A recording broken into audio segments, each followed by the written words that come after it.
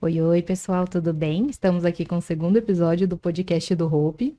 E aqui estamos com os nossos médicos parceiros.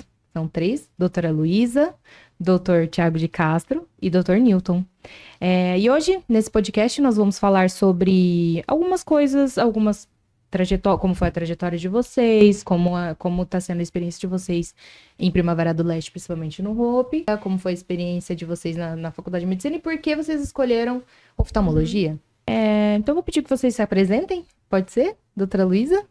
Vou começar, Tá então. bem. Eu sou a Luísa, eu fiz 6 anos de faculdade de medicina e não entrei na faculdade querendo oftalmologia. Eu acho que é difícil, né, quem entra na faculdade já querendo oftalmo, porque geralmente tem um pai oftalmologista, um tio, que aí você já vai conhecer um pouquinho mais da área. É tudo muito diferente. Então, eu acho que tem que ter ali, ou tem um familiar, um parente, ou então é lá pro final, se apaixona pela área por algum motivo. E aí, comigo... foi no final da faculdade, eu tinha uma amiga da faculdade que o tio era oftalmologista e outra que os pais eram oftalmologistas. E aí viviam falando da especialidade, mas foi num congresso que eu me apaixonei por uma cirurgia de catarata ao vivo que teve. Uau, E falei ao assim, vivo. nossa, foi ao vivo, na verdade, eles vão pro centro cirúrgico e Tá. mostram de telão. Porque não dá para botar o centro cirúrgico lá. É a câmera que mostra num telão, né? Ah, E aí a plateia, o auditório vê, e tem ali alunos, né, de faculdade, tem oftalmologistas, tem fellows de catarata, olhando, né, se aprimorando nas técnicas, e eu fiquei maravilhada, como que aquilo poderia mudar a vida das pessoas. sim. Aí resolvi fazer oftalmo. Fiz os 3 anos de oftalmo lá no Hospital Municipal da Piedade, lá no Rio, na época era um hospital que estava eram as cataratas do município. O prefeito, na época, queria drenar uma quantidade de catarata, a fila, né, estava muito Muito longa, grande. ele queria focar nessa área da oftalmologia. Então, eu me dei muito bem nessa época, E aí né, você porque o meu aprendeu. serviço deslanchou. Sim, coisa boa. E quando eu acabei os 3 anos, eu pensei assim, vou fazer mais um ano de cirurgia de catarata, para poder manter mão ali mais nisso. Fui para BH, fiquei um ano fazendo catarata na Santa Casa, de Belo Horizonte. E aí acabei me apaixonando pelo glaucoma também, porque um dos professores lá era também especialista em glaucoma. Sim. Aí eu voltei para o Rio, fiquei na UERJ, 2 anos no glaucoma, e aí fiquei mais um ano na preceptoria do setor de glaucoma, e a gente vai se apaixonando pelo serviço universitário, né? Porque é um aprendizado muito grande, a gente vai aprendendo até com os residentes que vão chegando, e o clima de aprendizado e de ensino é ali prazeroso, né? A gente fica se desafiando dia após dia ali com novidade, com casos novos. Quando você fala Rio, é Rio de Janeiro, capital? Rio mesmo. Nossa, então você deve ter pegado muita Muita coisa, né? Muita coisa. coisa Eu ia falar uma diferente. palavra aqui, mas eu acho que volume muito alto, de né? todos os tipos, né? Tanto com catarata quanto com glaucoma. Tudo, porque apareciam casos complexos, era setor de casos complexos mesmo, tá? Era catarata com glaucoma e foi muito importante pro meu glaucoma ter feito catarata antes, porque eu cheguei com uma bagagem muito melhor. Ah, que bom. Uma coisa complementa a outra, no fim, né? Complementa, é importante você ter um domínio da técnica da catarata quando você vai propor uma cirurgia de glaucoma para o paciente. E aí, eu e meu marido tivemos o Heitor e começamos a ficar cada vez mais na dúvida sobre o Rio de Janeiro para o nosso futuro. Porque o Rio de Janeiro, ele tem a fama infame, né? Eu falei, meu Deus, a terrível. gente vai viver fugindo de bandido, porque é difícil, né? A gente não vê um Uma jeito, saída assim, uma pra aquilo ali, saída né? lá no Rio. Eu amo, é uma cidade maravilhosa mesmo, tive tudo, minha história, os amigos por lá, mas para pensar em morar mais para frente. Criar uma criança numa cidade, assim, não é aquilo que você quer pro seu filho, né? Aí, o que aconteceu? A gente pensou em se mudar para o interior do Rio, e aí foi quando o Deilton, meu marido, conversou com o Tiago Guimarães, que estava aqui, e falou, olha, a gente precisa de um especialista em glaucoma lá para o hospital. E meu marido é cirurgião plástico, né? Achou que também seria uma cidade com Promissora. potencial para ele também, né? Uma cidade em crescimento, cada ano chega mais gente para morar em Primavera. E a gente já com uma bagagem legal de estudo, né? A gente estava pronto para poder ir para um lugar e pensar em ter mais visibilidade também. Aí viemos conhecer Primavera, ficamos encantados, assim, né? A gente não conhecia ainda Mato Grosso, e é uma cidade gostosa de morar, as pessoas muito acolhedoras. A gente caiu numa família que é o Hope ali, né? A gente já chegou conhecendo todos os colegas, vocês, todo mundo abraçou a gente aqui.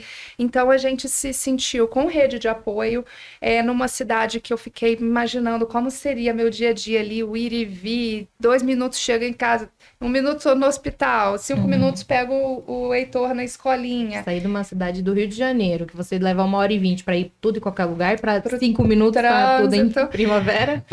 Foi bem chocante. Eu acho que eu gostaria de morar nessa cidade.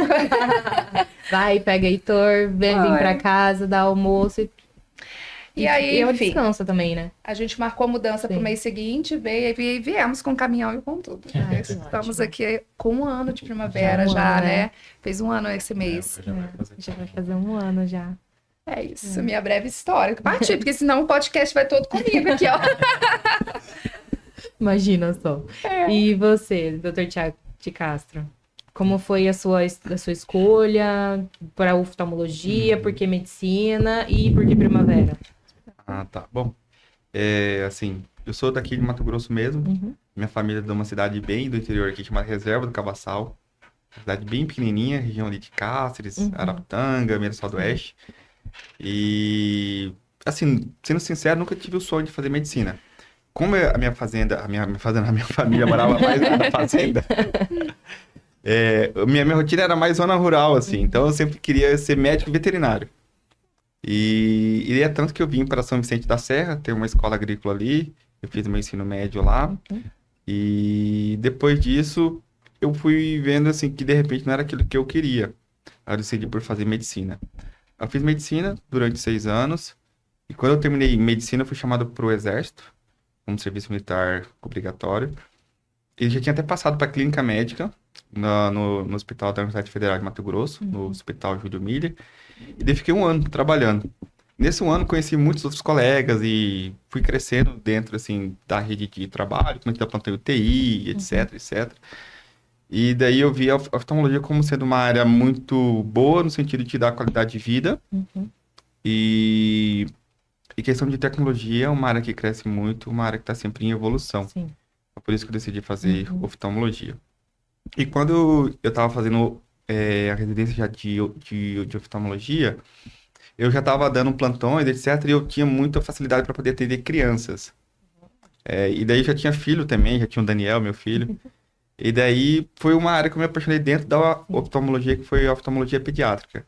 Então eu fui para Goiânia, eu fiz residência em oftalmologia lá. Isso que eu ia perguntar agora, onde você fez a sua especialidade? Isso.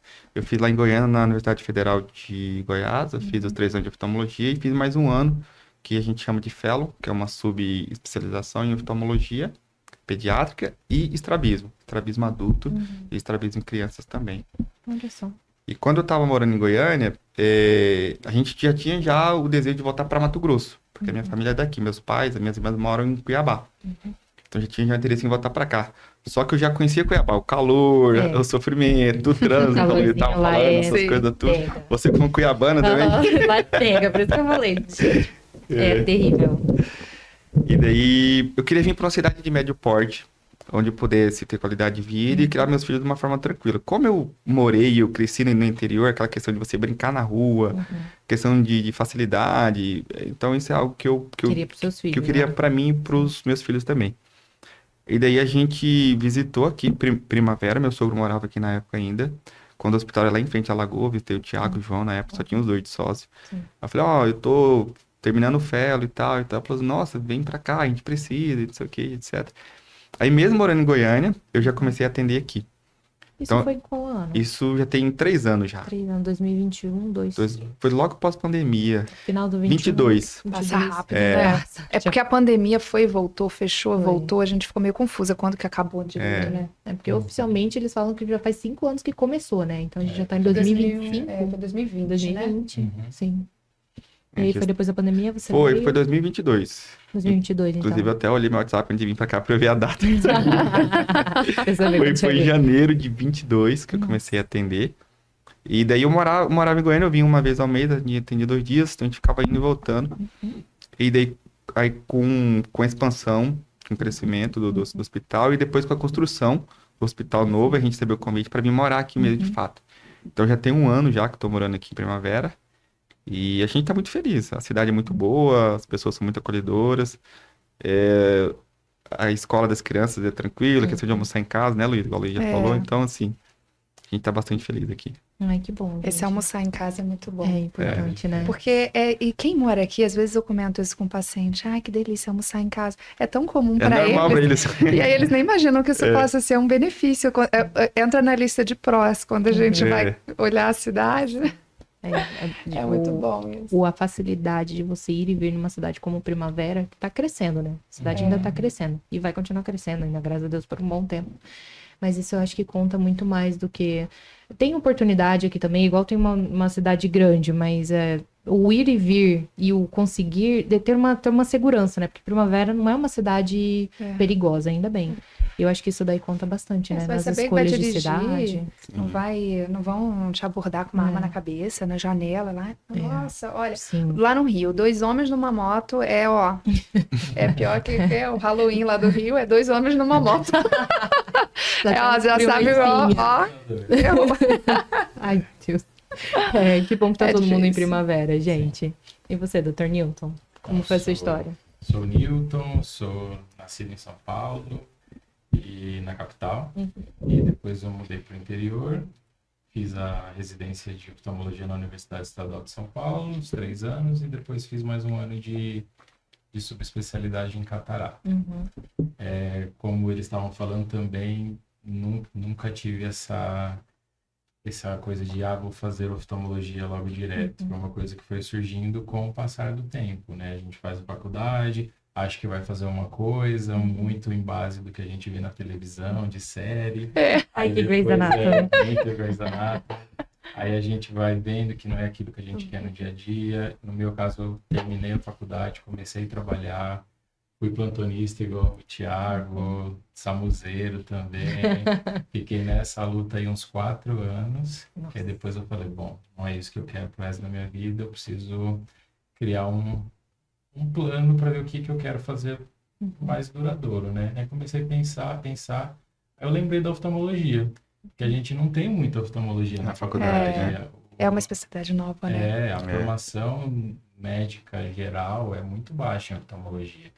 Então eu comecei a lembrar, falei, bom, uma especialidade tranquila, uma especialidade que tem clínica, uma especialidade que tem cirurgia, uma cirurgia detalhada, porque eu também gosto de procedimentos, mas não queria fazer uma cirurgia geral, uma ortopedia, uma coisa... Muito sangue. Aí a gente vai colocando essas coisas na ponta do lápis, e eu falei, bom, interessante. E aí eu não poderia ter escolhido uma área melhor. Estou muito realizado, muito satisfeito com a oftalmologia, com a subespecialidade de catarata. E depois que eu terminei, fiquei trabalhando em São Paulo mais 1 ano, né? Quando surgiu a oportunidade... São Paulo capital ou interior? Não, interior mesmo. Quando surgiu a oportunidade de vir para cá. O João e o Thiago, eles fizeram uma parte da... O João fez a formação toda lá na Unesp, né? E o Thiago... Botucatu, né? Isso, em Botucatu. E o Thiago fez o Fellow lá, né? Foi. Então, foi assim que eles chegaram até mim e falaram, vai ter uma oportunidade, a gente está ampliando o hospital, vamos precisar de mais gente para trabalhar. E aí eu vim conhecer a cidade, vim conhecer vocês, vim conhecer o hospital e foi também amor à primeira vista. Que ótimo. A gente tem aquela ideia, nossa, longe, né? No interior do Mato Grosso, como que vai ser? Larga tudo e vai. É que todo mundo acha que, todo mundo assim, quem mora nos grandes centros, como Rio de Janeiro e São Paulo, acha que Mato Grosso é onde o vento faz a curva, né? Não tem acho nada. Que é muito interior, né? Mas não. Tipo, eu vim de uma cidade interior também, tem mais ou menos 100 mil habitantes, um pouquinho mais do que isso, então é meio parecido com aqui. E até ano passado o pessoal me perguntava, e aí, você já acostumou? Eu falei, gente, eu nem estranhei. Então, eu tô em casa. Tô em casa, tô bem feliz aqui. Que bom, gente, que bom. Obrigada por se apresentarem e apresentarem a jornada de vocês. Agora tem uma outra pergunta para vocês. Como tem sido a experiência de vocês trabalharem no Hope? Quais são os desafios e as recompensas que vocês encontram, assim, no dia a dia? Olha, uma experiência vou começar, tá? Porque Começa, já tá. Para mim está sendo uma experiência muito gratificante, porque você chegar num hospital que tem a infraestrutura que o Hope tem, e você poder atender um paciente com todas as informações na mão, até mesmo antes de você chamar o paciente. Então, isso é um diferencial ímpar. Fora o corpo clínico, assim, todo mundo excelente na sua área. Você tem alguma dúvida, você vai, bate na porta do colega do lado, você tira uma dúvida e você consegue promover a melhor experiência de saúde oftalmológica para o paciente. Isso tem sido muito satisfatório mesmo. Muito bom. Eu fico muito feliz de poder trabalhar num lugar que você pode proporcionar o que há de melhor para o paciente. Porque muitas vezes você trabalha num serviço menor, num serviço até mesmo SUS, você quer proporcionar uma coisa melhor e você não consegue. Você quer um exame para poder diagnosticar um problema que o paciente tem, você não consegue. Demora meses e meses e a pessoa vai perdendo cada dia mais a visão. E ali no Hope não, a gente tem tudo ali dentro do nosso quintal, né? Então... E todos muito, assim, uma equipe tão legal, né? Que a gente se deu tão bem, todos muito atualizados, ao mesmo tempo muito humildes, né? Querendo aprender sempre um pouquinho mais uns com os outros, e isso só traz benefício ao nosso paciente, né? A gente faz uma perguntinha daqui e dali, tá sempre se atualizando um pouquinho mais, por exemplo, na área da criança, que às vezes passei um tempinho maior sem ler artigos, né? Tô mais focada no glaucoma ou na catarata, então alguma coisa assim que na retina, e aí a gente consegue passar uma experiência de atendimento bem legal para o paciente, né? Eles saem, e a gente vê que eles saem com essa ideia mesmo, poxa, fui muito bem atendido lá, né? Me passaram, passei por 3 médicos. E vários aparelhos. Um monte de aparelho, né? Eles sempre comentam isso, é legal. Então, assim, eu acho que, olha, como o Newton falou, muito gratificante, e eu acho que em relação, faltou a parte do desafio, né? O desafio de, assim, acolher essa população de verdade, porque quando a gente sai, do Rio de Janeiro para cá, várias clínicas ali, o paciente, às vezes, ele vai em um, vai ao outro. Aqui, a gente, parece que a gente pega esse paciente pra gente, fala assim, a gente tem que dar jeito, porque a gente é referência aqui da região, né? Então, acho que esse é o nosso desafio, de estar sempre se especializando cada vez mais. A gente até mantém ali nos grupos dos nossos hospitais universitários, né? Para estar sempre ali se atualizando e realmente resolver o problema daquele paciente. Eu acho que esse é o desafio de quando você é o lugar de referência daqueles municípios vizinhos que não têm assistência, né? Eu acho que, assim, nesse sentido, vale lembrar que o paciente, quando ele entra no Hope, no Hospital de Olhos, ele passa por todos os exames. Isso é um grande diferencial que os outros hospitais não têm. Independente se o paciente é particular, se ele tem um convênio ou não, então esse paciente já passa por todos os exames. E ele já chega pra gente no consultório com tudo isso pronto. Isso é muito diferente, os pacientes eles percebem isso, né? E a questão do time, igual que já foi falado aqui, o time é muito unido. O nosso objetivo é sempre olhar para o paciente, né? Sem vaidade, sem questão de achar que um é melhor do que o outro. Mas a gente sempre procura o melhor para o paciente. Discute o caso. Ontem mesmo eu atendi uma criança que tinha uma lesão em conjuntiva suspeita. Eu levei para o Newton. Falei, Newton, dá uma olhadinha aqui nessa criança. O Newton olhou e falou, cara, tá meio estranho. Aí eu chamei o Thiago. Falei, Thiago, olha aqui. Aí, assim, tá estranho, melhor a gente tirar. Então, em conjunto, a gente decidiu uma cirurgia para uma criança que precisava fazer uma sedação, mas tinha uma lesão que era muito suspeita e vai ter que tirar, porque é uma suspeita, infelizmente, uma lesão maligna na conjuntiva. E como hostess do podcast, eu acho que eu posso afirmar pelo Hope que esse é um dos propósitos do Hospital de Olhos, dessa expansão, que é uma sede nova, né, tem 1 ano, e ter todos esses aparelhos, tem aparelho lá, bom, eu não entendo, tem os aparelhos lá, tem o centro cirúrgico, já tem equipamentos novos do centro cirúrgico, né? Então, o paciente entra ali com algum caso, com algum problema ou não, então tem que ser resolvido. E eu acho isso muito, muito incrível o que vocês fazem. Vocês têm a humildade. Não é em todas as profissões que você vê dessa forma. A humildade de chegar, poxa, olha só, eu tenho uma dúvida, vai e bate na porta do coleguinha do lado, como o Dr. Newton falou. Eu acho isso muito incrível, gente. Sou muito fã de vocês. Obrigado. E agora Vocês têm algum caso interessante ou desafiador que vocês gostariam de compartilhar hoje? Que desde que vocês chegaram aqui na cidade, vocês pegaram, assim, um problema gigantesco em algum paciente ou encontrou aquele problema que o paciente nem sabia? Você tem algum caso desses para compartilhar conosco? Tô pensando aqui. Eu vou colocar então. Bom, eu atendi uma criança que ela chegou com um diagnóstico de TDAH. Era uma criança que em sala de aula, ela não ficava sentada na sua carteira, ficava só se levantando, não copiava nenhuma matéria do quadro e só ficava conversando e brincando, ou seja, não queria nada em sala. E daí, já tinha esse diagnóstico, foi levado ao psicólogo e fazia psicólogo e nada melhorar, e tomava remédio e nada. E daí o psicólogo de repente pensou, nossa, essa criança nunca fez um exame de visão. Encaminhou ela pro oftalmo. Aí encaminhou pra gente. Quando essa criança chegou, a gente testou a visão dela, ela não enxergava quase nada. Essa criança tinha 8 graus de miopia.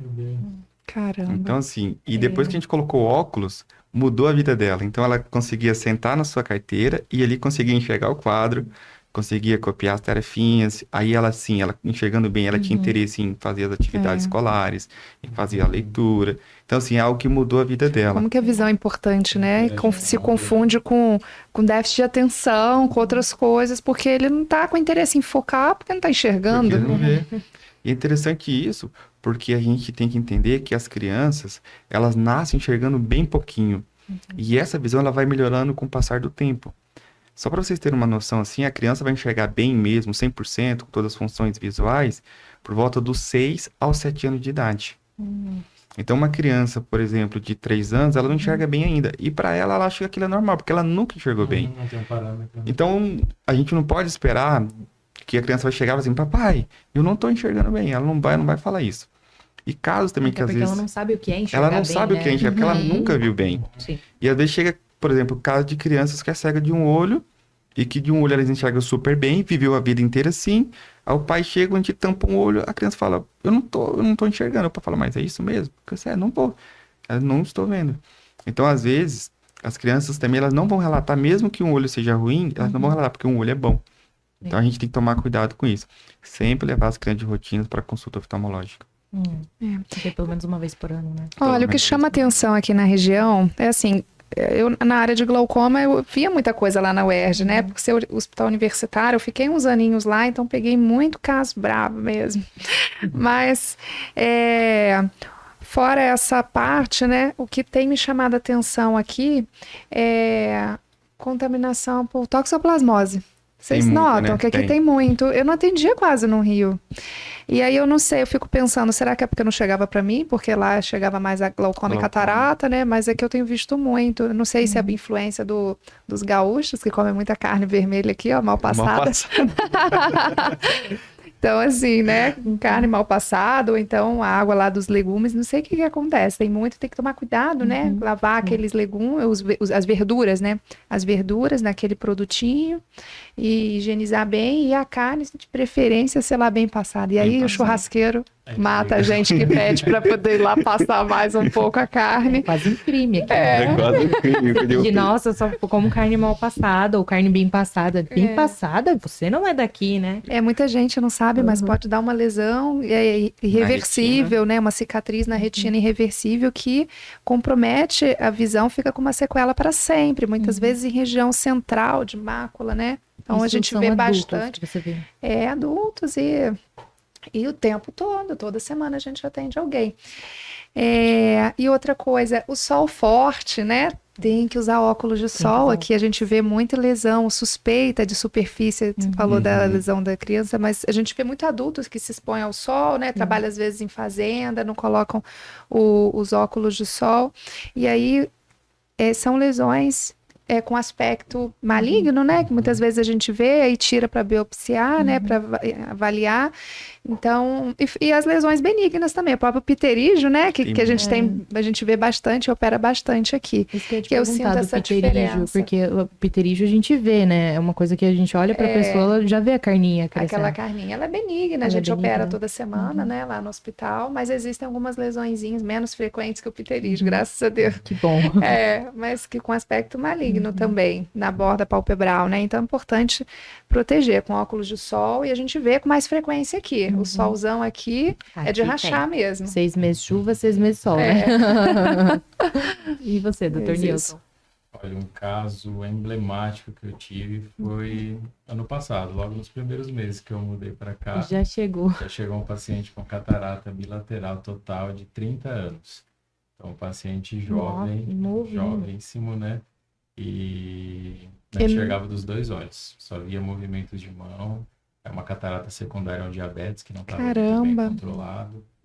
Mas foi um paciente que a gente operou um olho no pós-operatório, já enxergando 100%, já super feliz, já mudava a postura, já conseguia andar da sala de espera até o consultório sem ajuda de ninguém. Nossa, já é imediato, assim. É imediato. No dia seguinte já consegue enxergar. É muito legal Muito isso, né? legal, Quando a né? gente pega uma catarata total e o paciente, ele volta para a vida social dele, ele vai Exato. poder trabalhar, ele vai ser mais independente, ele vai escolher a roupa dele. Imagina uma catarata total bilateral, né? Esse jovem, ele falou, nossa, depois ele me manda mensagem. A gente operou o segundo olho, dei alta. Aí ele me manda mensagem ainda, fala, nossa, doutor, eu tô jogando futebol, tô marcando gol, tô vendo legal. meus filhos, porque fazia tempo que ele não via a carinha dos filhos já. Nossa. Então são coisas que são muito marcantes, né? Que ficam assim pra gente pra sempre. É Fala, gratificante "Nossa, profissionalmente que pra gostoso gente é isso. você poder fazer isso e proporcionar Sim, isso pra fazer uma parte, pessoa, né? Você tá mudando a vida da pessoa ali, né? Sim. Fazendo ela enxergar.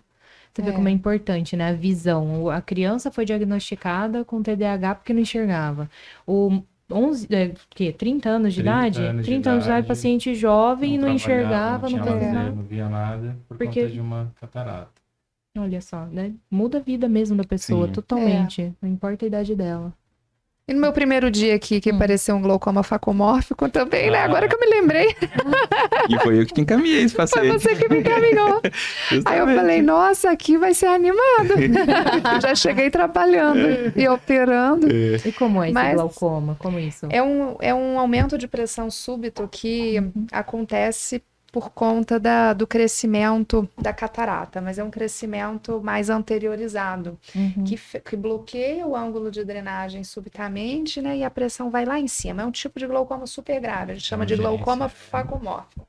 E o tratamento é operar de urgência aquela catarata, Ah, para tira a poder catarata daí. desbloquear o ângulo do paciente. Hum. E aí eu operei ela no dia seguinte, né? Eu vim Foi. atender meu primeiro dia, e no dia seguinte de manhã já estava operando ela. Já foi pro centro cirúrgico. Já. Foi. Que legal. Tem que operar rápido. né? Tem que operar Se não rápido, Operar porque- rápido é uma cegueira irreversível. Tem que operar É rápido. diferente da catarata que foi crescendo e é o único problema. A cegueira da catarata, ela é reversível. Ela é reversível, né? é só tirar Tirou aquela a catarata, pelinha, a pele. opacidade, a opacidade do cristalino. Substituiu, colocou uma lente transparente E volta a enxergar, desde que aquilo seja o único problema do olho. Nesse caso do paciente da Luísa, não, né? Então, a pressão alta por dias, ela ia lesionando o isso que eu ia nervo. perguntar. Não poderia esperar, Não né? pode Tinha que esperar. ser ali de urgência. Aí é uma cirurgia em que é o tipo de catarata que é uma urgência oftalmológica. Ele tem que Que daí tem fazer que- de urgência. tirar, desobstruir para aliviar a pressão do olho, no caso. exatamente. Isso já tem algum, como por exemplo, a catarata de um paciente jovem foi causada pela diabetes. O glaucoma tem algum tipo de doença pré-existente que pode... No caso dessa paciente, ela não tinha um glaucoma primário de ângulo aberto, não. Ela tinha um ângulo estreito, que aí a catarata, ele bloqueou, ele fechou, né, quando a catarata cresceu. A catarata cresceu com uma anteriorização do complexo irido cristaliniano e aí bloqueou de vez aquele ângulo. Por isso que a gente fica sempre de olho no paciente que tem uma anatomia mais estreitinha de ângulo, fica sempre de olho, ó. Indica laser, volta aqui semencialmente. Essa paciente, acho que era uma primeira vez que ela estava fazendo consulta e já chegou com essa urgência, né? Com o olho vermelho, doendo e que não conseguia então abrir. ela chegou com algum não foi? queixa. Tinha edema de Pressão córnea. de 60 e pressão pouco, alta. né? E aí, depois, no dia seguinte da cirurgia, já tava com a pressão lá, 15. Sim. Que delícia, né? Tudo ótimo, graças a Deus. E Ela tá volta bem até naquilo, hoje. né, que é o entrosamento da equipe. Se É. ela diagnosticou, Sim. mandou, Fala assim, oi, colega, muito prazer. Tem uma paciente aqui? Não foi assim, não foi? Foi mesmo. Urgência. Aham, foi mesmo. A gente tinha acabado Bora de se começar. conhecer. Oi, foi no tudo bem? primeiro Então, dia. tem um problema aqui pra você. Que No legal. primeiro dia.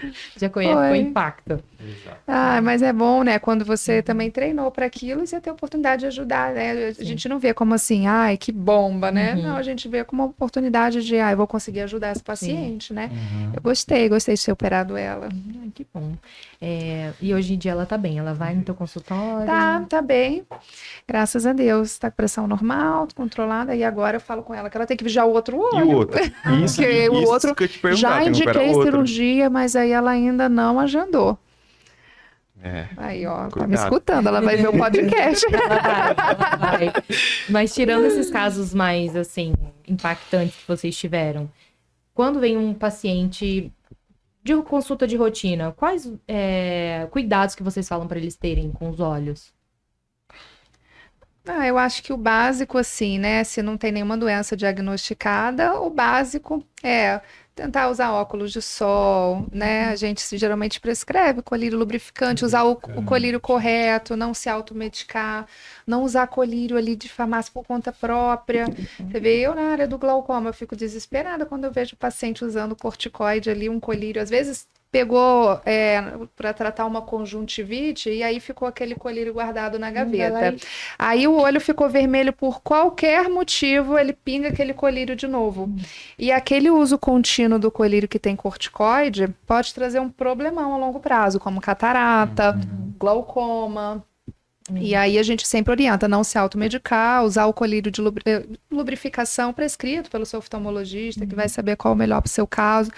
Óculos de sol, uma alimentação balanceada, adequada, que a saúde sistêmica também reflete ali nos olhos, a retina com os vasos, o hipertenso cuidar da hipertensão, o diabético fazer a dieta e o tratamento da diabetes certinho. Óculos de proteção também é muito importante. Quando vai fazer alguma coisa. Muitos trabalhadores quando vai da fazer indústria, qualquer né? coisa, né? Principalmente em casa, porque a maior incidência de acidente é em casa, quando vai fazer uma coisa rapidinha.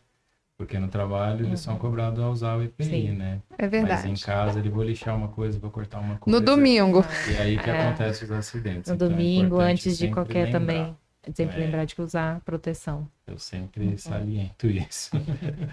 Acho que uma anotação que é importante é em relação ao uso de telas para as crianças. Ah, sim. Hoje a gente tem muita criança usando tela e usando assim desde pequenininho. Então tem bebê de 3 meses, aí 6 meses, Já usando. que os pais já colocam ali a galinha pitadinha, a Peppa Pig, a patrulha canina. E a gente sabe que as telas são muito prejudiciais para a criança. Sim. Né? O recomendado até 2 anos de idade é zero tela, não nenhum tipo de tela. A gente sabe que quando a criança ela assiste uma tela para perto, há um esforço visual muito grande. As telas, elas hiperestimulam as crianças. Então, a gente sabe que as crianças são muito expostas às telas, têm mais problemas na questão de transtorno de humor. Então, a gente sabe que as telas pioram, por exemplo, o sono. A luz azul bloqueia a melatonina, que é o hormônio que vai fazer a criança dormir bem, fazer ela descansar à noite. Deixa a criança mais hiperativa, mais agitada. Então, dificuldade de concentração, de aprendizagem. Então, as telas acabam que prejudicam bastante. E, além disso, a gente está vivendo um boom, uma epidemia de miopia, né? Que é a dificuldade de enxergar de longe, pelo uso excessivo de telas. Então, a gente tem que tomar bastante esse cuidado. E você vê que assim, que quando a criança ela não vê tela, ela presta atenção em tudo que você faz. Ela já sabe o seu próximo passo. Você leva a criança no supermercado, ela quer imitar o que você está fazendo. A criança que assiste tela, ela não tem essa concentração, né? Ela não está nem aí porque acontece ao redor dela. Então, assim, eu acho que é uma limitação de aprendizado mesmo. Sim. Não tem, perde de ter aquele desenvolvimento psicossocial, né? Também. Na ordem Sim. de que tem que ter. Você imagina para adulto a tela prejudicial? Por exemplo, se eu ficar no celular antes de dormir, eu não durmo bem. Imagina para uma Sim. criança. Imagina o desenvolvimento, então, gente. É preocupante mesmo. É difícil sim de tirar, a gente sabe que tem, aí depois vai para a escolinha, tem os amiguinhos, a gente tem que ver se a escolinha também não tem tela, né? Porque todo lugar tem uma telinha. Todo lugar tem tela, em todo lugar você consegue Mas vale uma a pena tela. investir nesse zero tela mesmo, porque não é bobeira não, é muito importante. Você falou, né, doutor, que a criança vai enxergar bem mesmo com 6, 7 anos de idade? Isso. Poxa, imagina, com 3 meses de idade, o pai e a mãe já dão a tela para a criança. É um esforço visual muito grande que essa criança que ela necessita fazer, né? E as telas, elas limitam muito outras coisas. Por exemplo, a gente poderia citar aqui a questão da fala. A criança que assiste tela, ela tem atraso na fala. Porque como que uma criança ela aprende a falar? Olhando a outra pessoa falar e imitando. Então, a pronúncia da, cá, lá, pá. Então, todo esse gesticular, essa movimentação, essa oralidade, a criança ela perde. Porque ela tá assistindo um bichinho lá, um personagem, que ele só fica assim com a boquinha. E ela não Ela não aprende a verdade. falar. produzir Ela não aquele aprende a movimento. falar. Então, a criança ela vai aprender a falar mais tarde. Dificuldade de vínculo social. Então, uma criança, tipo assim, que chega na casa do vô e da avó, que não quer saber de ninguém.